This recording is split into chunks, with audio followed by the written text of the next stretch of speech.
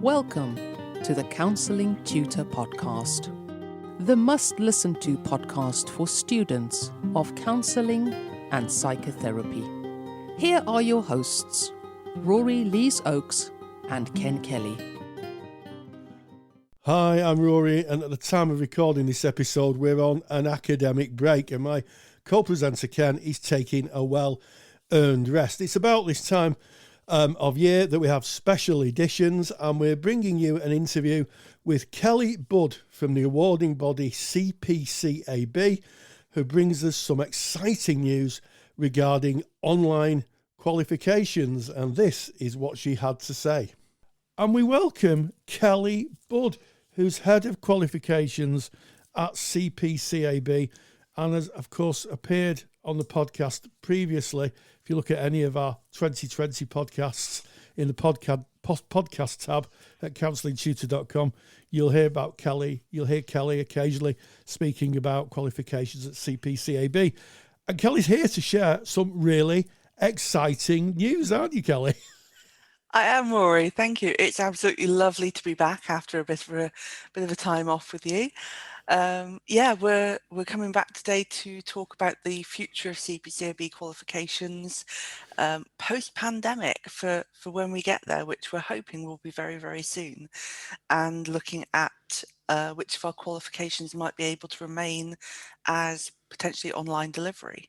Yes, and we're recording this at a peculiar kind of stage in time, in the middle of 2021.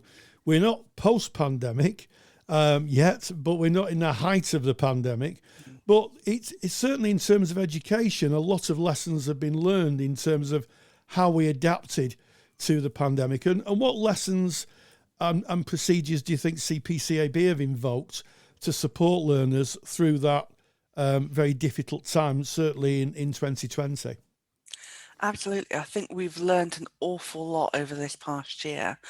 And previously, CPCAB, we were very much of the opinion that qualifications in counselling, particularly, always would have to be delivered face-to-face to be kind of real high quality. What we've learnt from our centres this year is that with the right level of support and the right commitment from tutors and centre staff, online delivery for counselling can actually be very, very effective and can be as high quality as our face-to-face delivery. So we just found that our centres were able to do something completely extraordinary that we'd never thought was possible. Absolutely, and I think this is a really, really interesting point. I as someone who's taught and gone through, obviously, counsellor training, I don't think anybody would have thought that at some point we would be delivering counselling training in virtual classrooms on Zoom, and working in such a way. But I'm guessing that all education must match the environment that work is taking place in. And of course, in terms of counselling, a lot of counselling is taking place online at the moment. Yeah, absolutely. So we've looked at a lot of the very recent research into where kind of the counselling profession may go. And it very much looks like it will be a blended landscape with a lot of online delivery staying, but also some counselling going back to face-to-face. So for us, our qualifications need to be blended as well. There needs to be the opportunity for learners to learn online skills in an online environment and face-to-face skills in a face-to-face environment as well. So we really do hope that there will be the opportunity for learners to really get kind of an experience of their counselling training that matches the sort of profession they're going to be moving into. Absolutely. And CPCAB, it strikes me, has always been a very progressive organisation. You know, you're very proud to say that your training is steeped and informed by research. Yes. And I expect there's been quite a lot of research over the pandemic times. Absolutely. We've had an in-house working group kind of really mulling over this possibility from pretty much day one of, is this something that people will want? of all of our qualifications, which ones are actually appropriate to be delivered fully online, blended, or face-to-face, because it isn't the same case for every qualification. And when we do release this information to centres, which by the time this podcast goes out, it will be available to centres, they'll see a very specific kind of different ratio between qualifications, because we really have kind of picked down into the detail of what can be delivered really well online and what will still need to be done face-to-face in the future.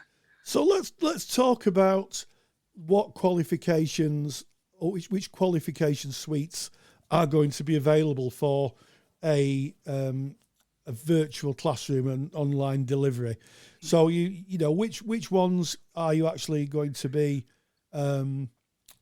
establishing for delivery? I think it's really well, all of our qualifications will still be available fully face-to-face if the centres and the learners want to have a face-to-face option. So we won't be paring back our face-to-face offer. So this is an additional kind of offer to centres. And for our lower level qualifications, so our level 2 and 3 qualifications, so our intro to counselling, the counselling skills, the counselling studies, the life coaching level 3, and the shorter qualifications, those will be qualifications where centres could opt to deliver those fully online. But it will be fully synchronous online, so a virtual classroom rather than distance learning where, say, you might log in and download a workbook and go away with it. It still is very much a classroom-based environment. Our level 4 won't be available fully online. Centres will still have to deliver at least 75% of that face-to-face with a 25% online. Our new young people's qualification, which centres will be aware of by now, that will have a 50-50, so they'll only be able to deliver 50% of that online. The higher levels, again, the 5s and the 6s, those will be available fully online, but again, fully synchronous online. But of course, centres, even with the 100% online ones, they can still say, actually, we would prefer to do a blended version of this. So those are there are maximum permissions. There is a permissions document on our website that gives you all the detail and also breaks down the allocations for placement hours as well, because obviously on the practitioner level qualifications, that's really important. Yes, it is really, really groundbreaking. And of course, there's an awful lot of confusion out there. There are lots of courses, which we won't name, that offer what I would call distance learning, where you, as you say, you get a workbook, you might email a tutor. There is no face-to-face skills. There is no in-classroom interaction. You are literally doing a distance learning course where you get a workbook, you send it, you read, you may watch videos, you send an assignment in, it's marked, you may never see another classmate, you may not even see your tutor. That isn't what this is about, is it, Kelly? No. And that's not to say that there isn't a real kind of valid learning experience in that type of learning format, but that isn't going to be the CPCAB way. So this is very much going to be a real equivalent to going into the classroom, simply without the travel. So learners would expect to log on to their lesson, have their opening round with their classmates, and really kind of experience the same high quality delivery that they would always have got from a CPCAB course. I think one of the key things that we want people to look out for as well is we're designing what we're calling the quality framework of online delivery for our qualifications that outlines how they're different to distance learning courses, asynchronous learning courses as well, so that people really do understand what they will be getting when they do a CPCAB online course, as opposed to many other online courses as well.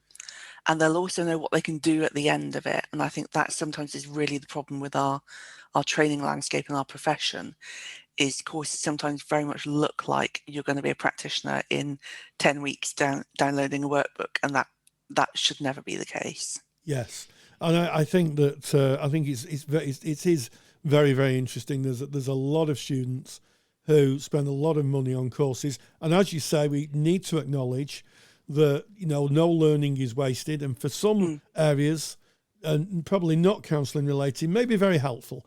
But in terms of a clear pathway to practitioner training and becoming a qualified practitioner, one that can join an ethical body, and I think that is something that needs to be made really clear. You know, not all training allows the joining of an ethical body, which really now is expected by employers, isn't it? Yeah, absolutely. And we've been in consultation with a wide range of the associations and made sure that the moves that we're taking do not jeopardize our students' chances at being a member, an accredited member, and being able to kind of have that stamp on their career in the future. So we have checked with the associations, the primary ones, to make sure that that this matches up fully with where they see the landscape going as well. And we're happy to say that it does. Absolutely. And in terms of, the qualification being a registered qualification, CPCAB work very closely with Ofqual. Yes. And that is the UK kind of organisation that oversees the quality of qualifications. Why is it important that when students look for a qualification in terms of a career path, that it has a Ofqual stamp on it? I think it's a very confusing landscape, and we use a lot of different terminology like accredited courses, awarded courses, registered courses, regulated courses. And I think what we want to get across to people is an awarding organisation that's regulated by Ofqual in the UK. We're also regulated in Wales and in Northern Ireland as well. That those sit within the standard educational framework in that country, and they have parity of esteem with other qualifications at that level. So for us, our level 4, our level 3, they match to educational standards with GCSEs, A levels within the university framework. So you know that we can't put a level 4 on a qualification unless it genuinely maps to those national standards. But if you're not regulated, you could say, oh, this is a level 8 qualification, if you wanted to. Level 8 of what? You don't know. Yes. But it's very easy to put a number on a qualification, but when you're regulated, there's a lot of rules you have to follow, and those qualifications have to pass several benchmarks in order to be put on the register. Yes, and as someone who's formerly worked for a charity that employed counsellors, I cannot tell you the bitter disappointment telling a candidate who produces a certificate that's been done completely from distance learning that actually it doesn't qualify them to work face to face. Yeah, Absolutely devastating and confusing, and something that happens a lot, I think. But this is really exciting, and I think I'd just like to clear up for me the term synchronous and asynchronous. So Kelly and myself are meeting in real time, so we're communicating synchronously, aren't we? yes. By the time you listen to this podcast, you'll be receiving it asynchronously. You'll be receiving it in another time frame. I think that's the difference, isn't it? Yep, that's a perfect example, Rory. So you would usually, if you're going into a classroom, you're having synchronous delivery because your tutor's there, your colleagues are there, you're learning in the same time in the same place. And our online delivery will be synchronous in very much the same way. Of your tutor is there, your student peers are there. And that's not to say that asynchronous doesn't have value, but it will be the same way that it always would be when you're in the classroom, where you get homework to do in your own time whenever you choose, but your teaching, your guided learning hours will be synchronous.